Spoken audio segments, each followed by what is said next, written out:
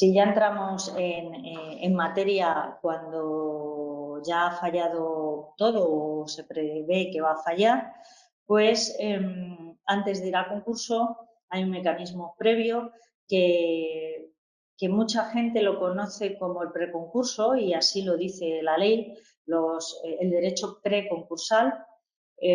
Lo que estábamos siempre todos conocíamos en el derecho preconcursal es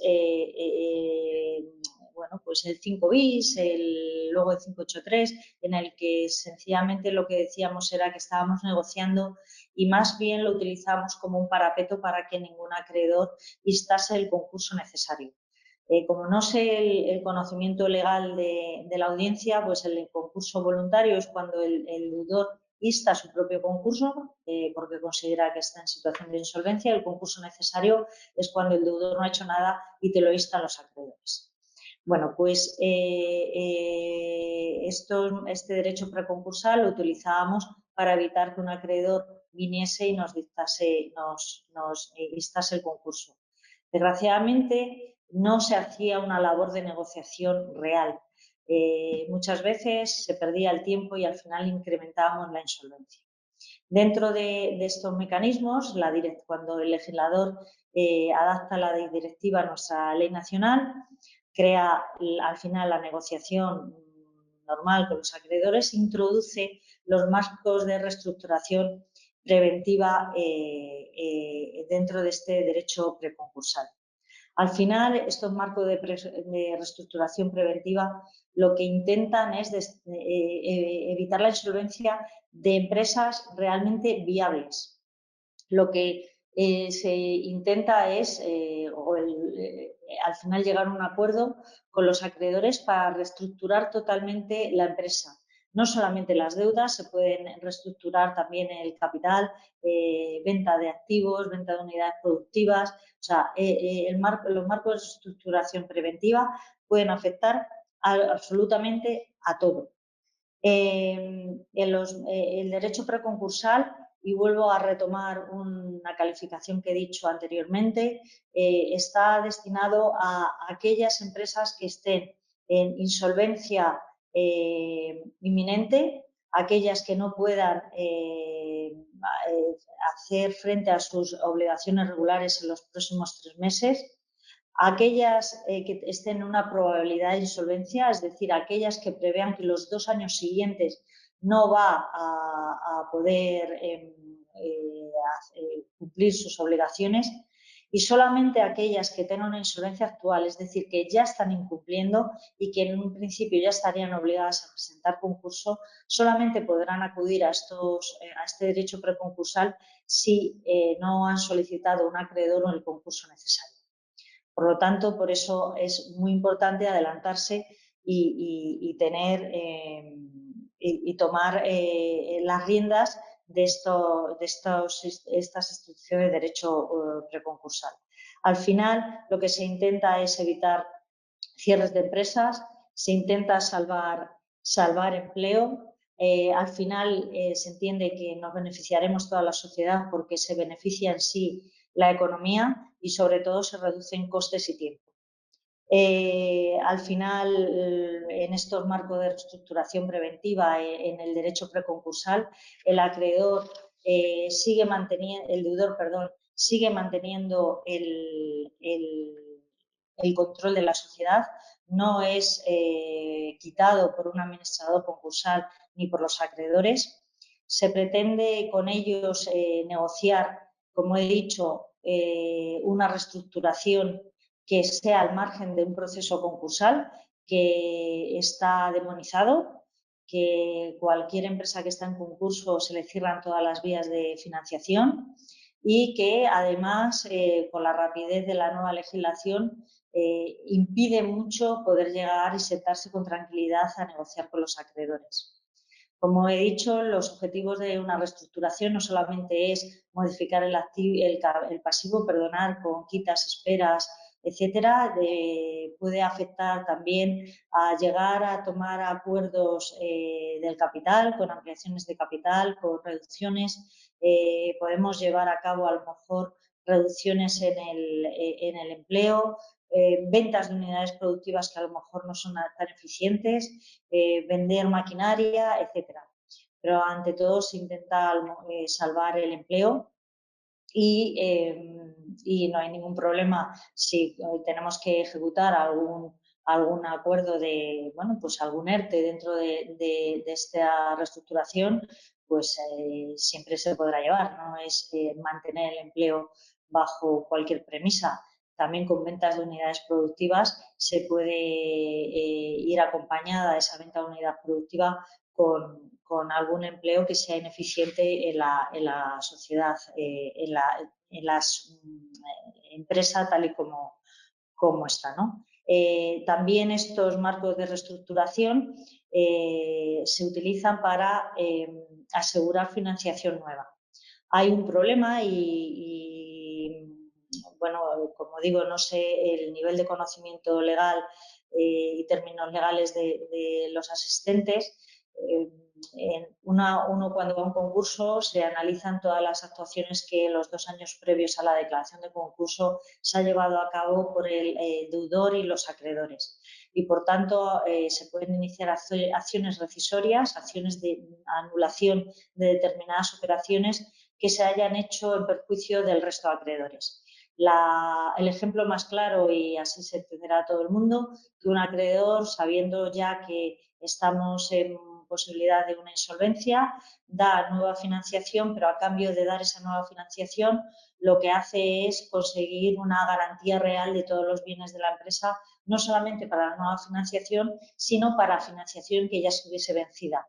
Y, en cambio, pues no se la ofrece a otros acreedores. Por lo tanto, se está rompiendo la igualdad de todos los acreedores, que es la piedra angular en el concurso, y se beneficia a solo uno. Bueno, pues esa es una acción de rescisoria de libro que normalmente se ven en los concursos, y por eso son muchas veces las entidades financieras reacias a dar financiación a empresas que están en una situación comprometida, porque luego, si van a concurso, esa nueva financiación se verá afectada y se podría llegar incluso a ser calificada como subordinada. Bueno, pues en estos marcos de reestructuración sí que se podría conseguir que esa financiación al final esté salvada y no sea objeto de una rescisión. Como digo, al final, ¿quién puede llegar a estos marcos de reestructuración o a este derecho preconcursal? Pues cualquier deudor que tenga una actividad empresarial y profesional, y los acreedores y trabajadores de la empresa también podrían ir, pero con consentimiento del deudor.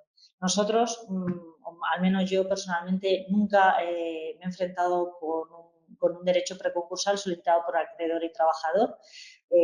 Siempre lo hace el deudor. Incluso si en algún momento estás negociando con acreedores, y normalmente son entidades financieras, y te invitan o te presionan para que vayas por este camino, siempre es el deudor el que toma una iniciativa. Al final, como os he comentado, tiene que haber una probabilidad de insolvencia o una insolvencia inminente o actual, pero siempre que no se haya ya solicitado por un acreedor el concurso necesario. Importante, se debe garantizar la viabilidad empresarial. No lo utilicemos esto como una válvula de escape para ganar 3 meses más. Bueno, voy a intentar ser un poco rápida, porque el tiempo, al final, uno piensa que vamos a tener mucho tiempo, pero al final el tiempo nos come. ¿Cuál es el proceso? Pues hay que elaborar un plan de reestructuración, negociar con acreedores, se puede solicitar la suspensión de las ejecuciones y luego ya iremos a la aprobación y confirmación judicial y la ejecución. Entrando un poco más, al final, en cuándo o cómo se tiene que hacer el plan de reestructuración. Bueno, pues en principio es un plan de reestructuración, pues tiene que tener una información básica, que es explicar una memoria de por qué estamos donde estamos, qué acreedores van a estar afectados y qué acreedores no van a estar afectados. Vamos a tener que hacer una clasificación de los acreedores por clases y unas medidas propuestas que sean, pues eso, reestructuración financiera, operativa de ventas o financiación interina necesaria, etcétera. Lógicamente, esto en la práctica, ¿cómo se hace? Pues primero tienes que esbozar un plan de viabilidad, tienes que tener un plan de viabilidad y luego te vas sentando con los acreedores que creas que son más importantes para que te apoyen ese plan de reestructuración. Entrando en este punto, que es la formación de las clases, el plan de reestructuración lo podemos comparar con un convenio de acreedores. Para mí no. El plan de reestructuración es algo totalmente nuevo porque cambia el concepto que tenemos de un convenio de acreedores. Un convenio de acreedores se presenta el convenio en sede concursal, en un procedimiento abierto de concurso, con un nombramiento de un administrador concursal.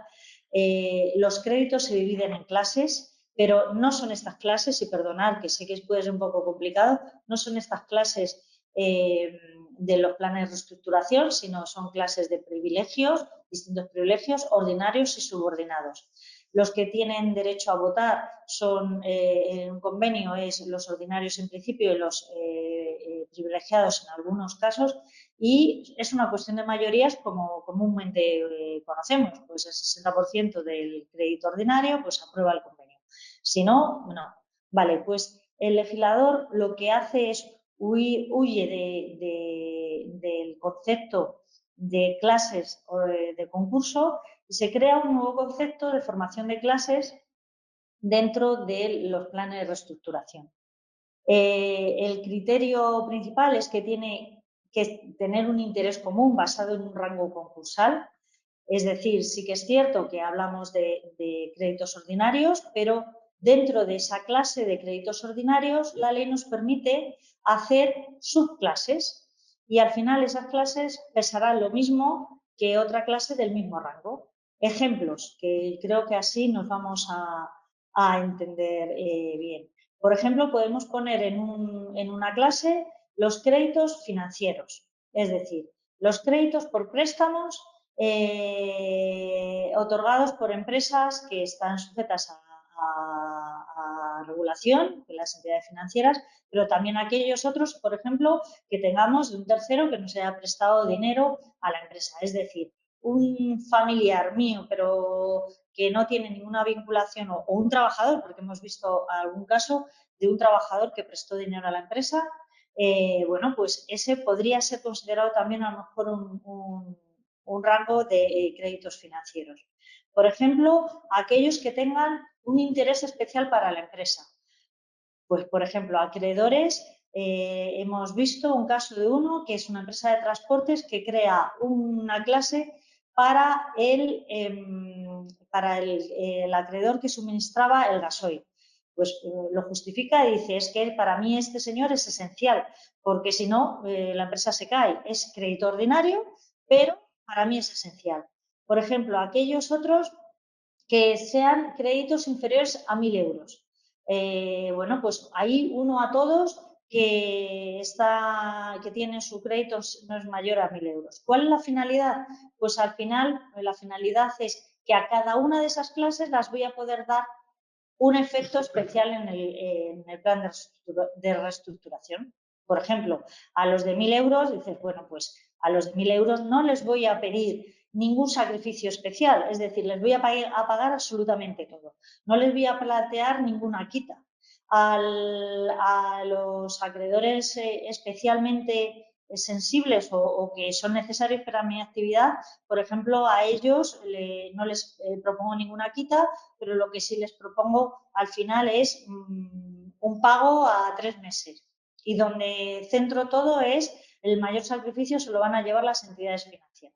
Pues a esas entidades financieras o bien les pido un aplazamiento a más plazo o bien les pido una quita, etcétera. Eso es el concepto que espero haber podido transmitir, que sigue la formación de clases. Sí que la ley te dice que tiene que haber unas clases obligatorias, como son aquellos que tienen unos créditos garantizados y los que no tienen garantía. Es decir, al final lo que tenemos es, si tenemos, por ejemplo, al final hipotecas, pues esos tendrán que estar en una clase especial. Y aquellas pymes que tengan la consideración de pymes y se les exija un sacrificio superior al 50% de su crédito, deberían estar en una clase especial. Al final, el procedimiento es, bueno, comunicamos una vez desarrollado ese plan de reestructuración, que al final se hace de una forma muy paralela. La redacción de ese plan y la comunicación se va haciendo de forma paralela con los acreedores. Al final, luego recabas los votos, todo esto de una forma extraconcursal y al final quedan garantizados todas las operaciones que se hace dentro de este procedimiento. Cuando estos planes de reestructuración sí que se están haciendo dentro del parapeto que he comentado al principio, de comunicación al juzgado de que estamos en negociación, esa comunicación, la ley nos establece que tiene un plazo de 3 meses, que se podrá prorrogar por otros 3 meses más con una serie de condiciones. Que al final te apoyen una serie de acreedores, pues se podrá prorrogar. Si en ese plazo no hemos llegado a firmar un acuerdo de reestructuración, pues y seguimos en una situación de insolvencia actual o inminente, no probable, estamos obligados a presentar concurso. Al final, el plan lo votará 2/3 de los acreedores que se incluyan dentro de una clase. Si al final hay una mayoría de clases que votan a favor, pues al final tendremos aprobado el plan, y para que nos aprueben un plan en el que haya créditos garantizados, en vez de los 2/3, en este caso nos exigen el 3/4 del pasivo que conforma esa clase. Una cuestión importante es la suspensión de las ejecuciones. Está claro que no podemos estar negociando un plan de reestructuración o cualquier otro acuerdo si no paralizamos la sangría de ejecuciones que nos podemos encontrar. Esto es normalmente cuando tenemos un caso de insolvencia actual. Se tiene que solicitar la suspensión de las ejecuciones en el juzgado cuando tú lo comunicas. En principio, afecta a todas las ejecuciones individuales y colectivas, afecta a aquellas ejecuciones que vayan contra bienes necesarios para continuar la actividad, no afecta a aquellos bienes que no sean necesarios, no afecta tampoco la paralización de las ejecuciones de derecho público. Por lo tanto, solamente afectará pues aquellas ejecuciones que todos conocemos como préstamos, créditos, etcétera.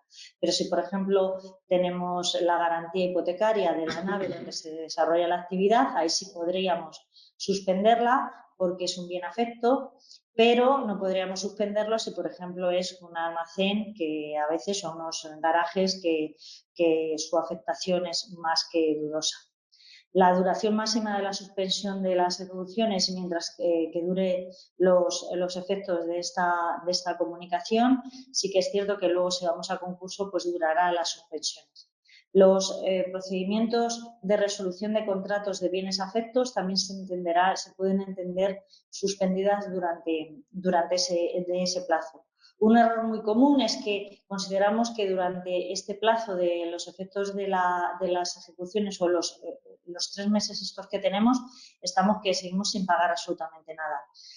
Hay un punto ahí en la ley que dice que la resolución de los contratos por incumplimientos anteriores a esta comunicación se pueden suspender. Si seguimos incumpliendo con posterioridad, tenemos que tener en cuenta, y al menos así lo sostenemos nosotros, que ya no estaríamos con el paraguas del periodo este preconcursal en el que se ha solicitado la suspensión. Al final, estos planes de reestructuración que establece la ley exigen una homologación judicial. ¿Y por qué? Porque si llegamos a un acuerdo con todos los acreedores, no sería necesario que haya una homologación judicial.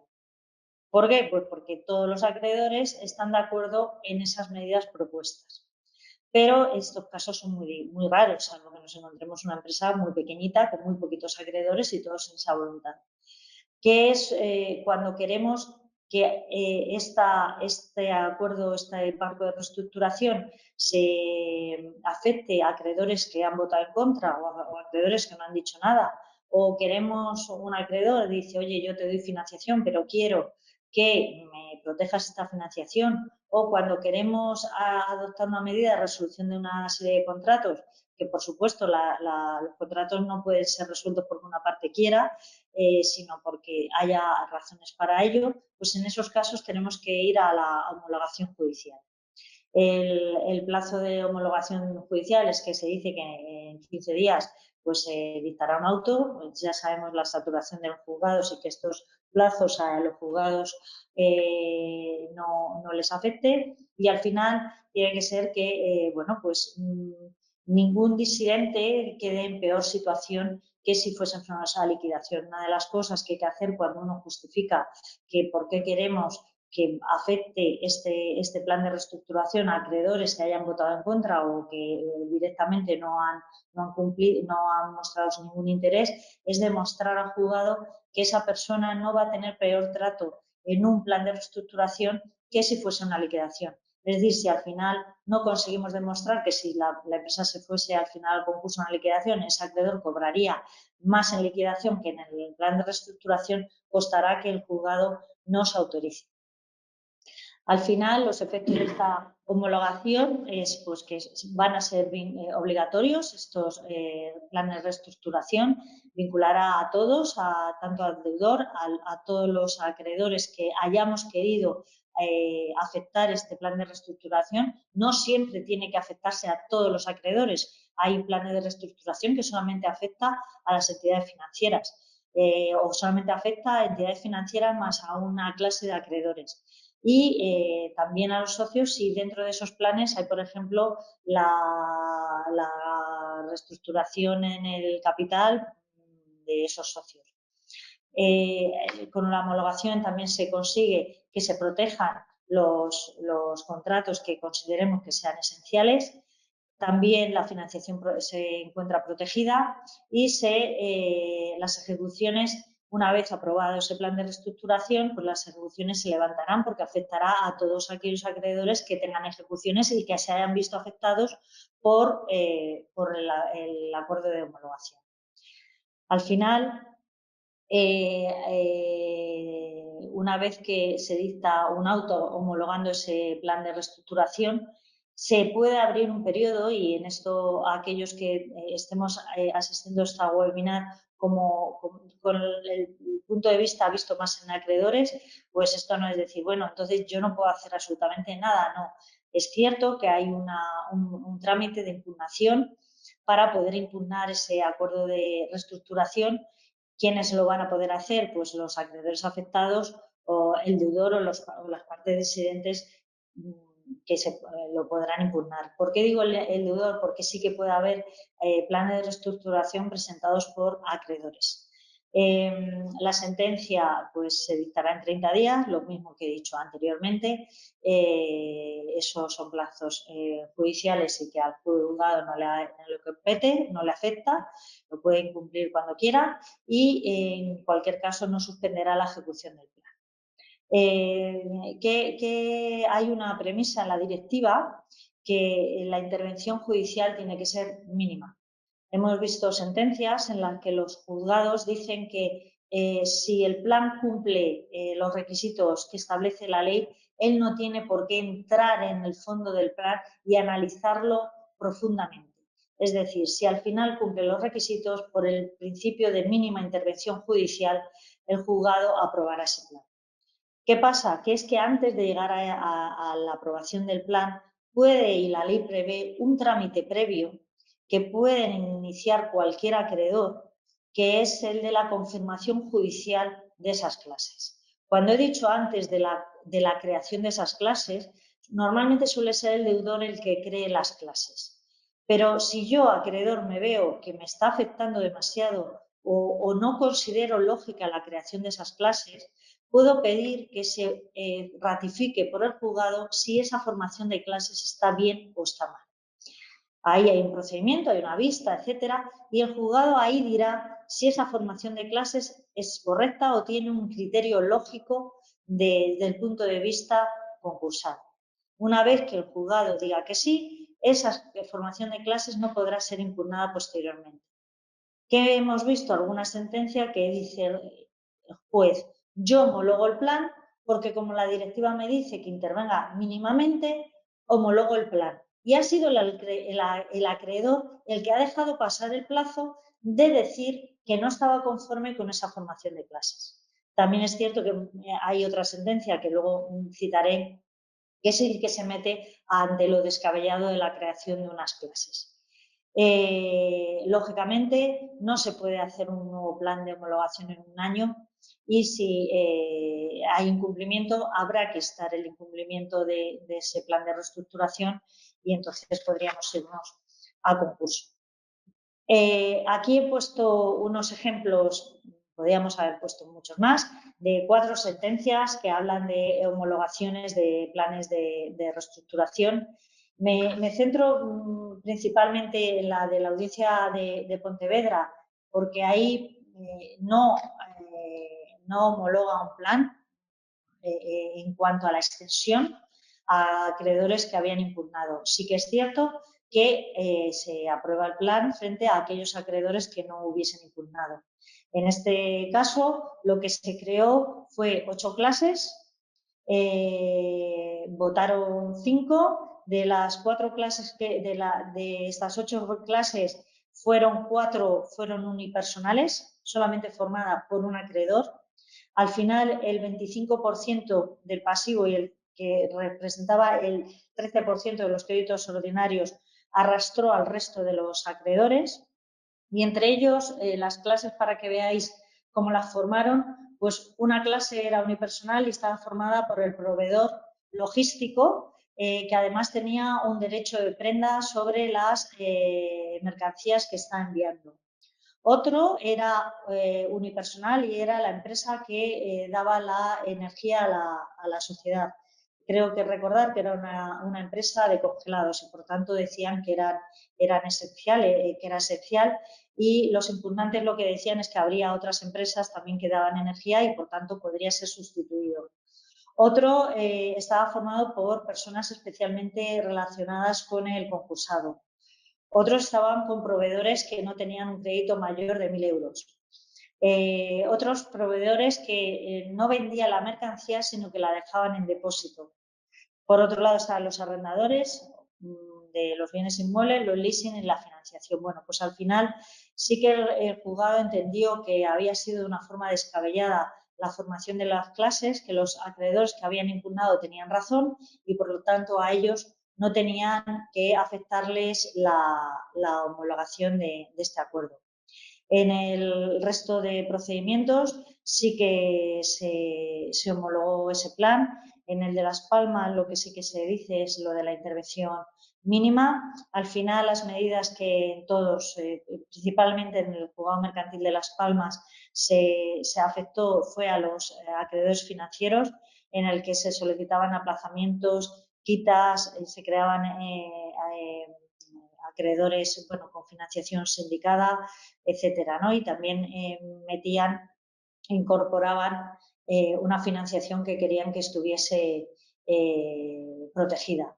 En el del juzgado mercantil de Barcelona, al final sí que este es novedoso porque lo que hace es homologar un plan que estaba propuesto por los acreedores y el juzgado mercantil se plantea mucho si los acreedores tienen una legitimación para presentar un plan y efectivamente llega a la conclusión que teniendo en cuenta el espíritu de la ley sí que tiene derecho a estos acreedores a presentarlo por cuanto al final son legitimados incluso para presentar un concurso necesario, pues al final pueden presentar estos acreedores. Esta sentencia se dicta en un caso muy mediático de Barcelona, es el caso Celsa, y sí que es verdad que es una grandísima empresa y a lo mejor cuesta entender su aplicación en un caso así a una pyme o una micropyme. Pero quedémonos con esa parte.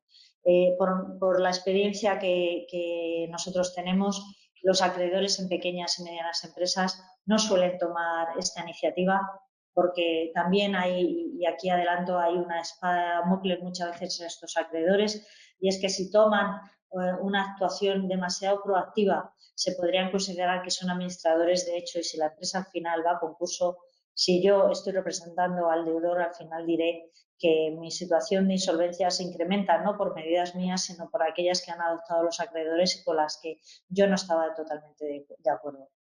Entonces, únicamente para concluir al final, tomando lo que decíamos ayer, adelantémonos a esas crisis empresariales. La Administración ya pone a nuestra disposición mecanismos de alerta temprana que, bueno, pues pueden ser utilizados como una herramienta que tendrán mucho que ver para si luego vamos a concurso poder fundamentar un concurso fortuito, es decir intentar ver la buena fe del empresario y que al final estamos en concurso por una situación ajena y no por una falta de gestión o por no haber tenido el foco muy en la empresa y solamente ver que la empresa estamos en crisis cuando ya no había ninguna solución.